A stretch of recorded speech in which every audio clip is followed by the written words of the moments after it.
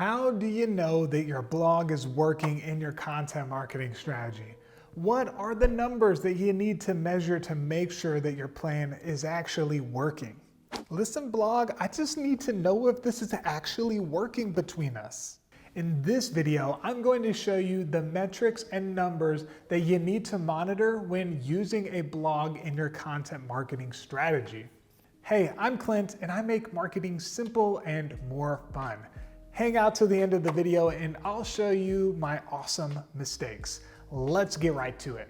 Let's be clear.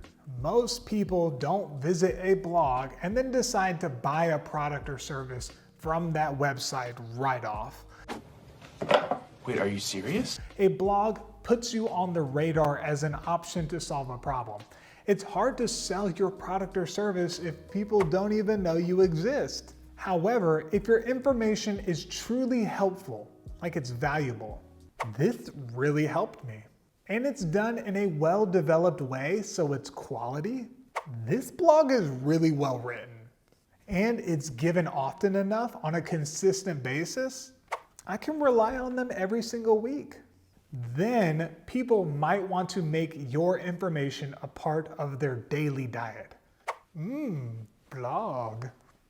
But if people aren't usually buying from your blog, what's the point? How do you justify using company resources on creating content that has a low conversion rate? Now, to understand this, you need to remember that you can only have so many keyword optimized pages on your website that talk just about your product or service.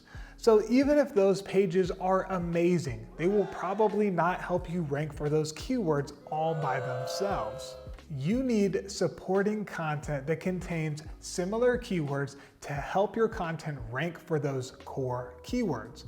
And blogs are amazing for this, and here's why.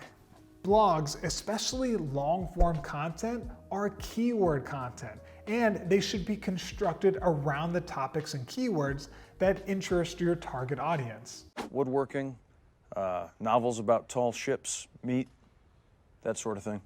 You can use a free tool like Google Keyword Planner, and you can see my walkthrough on that here, or something like Clearscope to ensure that you are using the right primary and secondary keywords for each piece of content. Blogs are also evergreen, sort of. So by evergreen, we mean that you can write a blog once and then have it work for years to come. Now, sure, you're gonna need to update your content time to time, but it has a much stronger shelf life than something like a social media post. Is this blog still good? It's been a year, but it still smells good. Now, blogging can also increase your domain authority. So every time a site links to your helpful information in your blog, especially a site with a high domain authority itself, then you gain a backlink or a link back to you. When you gain enough backlinks, Google begins to view you as an authority for the keywords of that content, which is a good thing for search. When your blog is good, then people are like, you get a backlink, you get a backlink, you get a backlink. In the words of the immortal prophet DJ Khaled. And another backlink. Bam, bam, bam. This means that you should be tracking your domain authority and backlinks for your website. Okay, technically, yeah, this is a website metric. I don't know. All right, if you say so. I tell you, it's so hard to remember boring stuff like that. But your blog will do the heavy lifting for these numbers.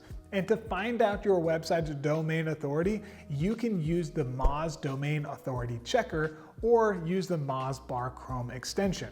Both of these tools are free and will tell you your domain authority and how many backlinks you have. All aboard Backlink Central.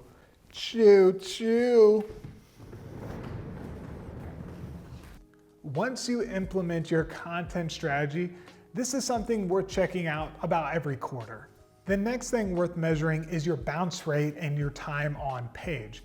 So bounce rate is the rate at which people click on your blog or a website's page, but do not click onto any other page on that website from there.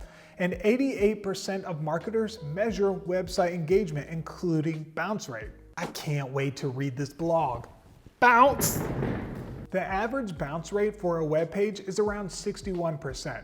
but for most blog posts, this is just going to be much higher. If you can get your bounce rate below 90%, then you're on your way to having a solid blog post. Time on page, or dwell time, is an important metric to look at to judge the quality of your web page or a blog post. Go ahead, reader, get comfortable, dwell, relax, stay here.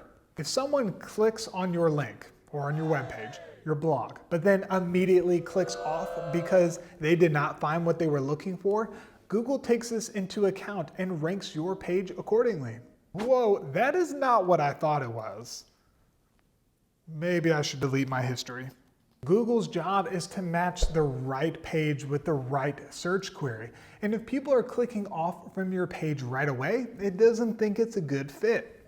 The average time that someone spends on page for the first page Google search results is about 2.5 minutes. So let's set that as the bar.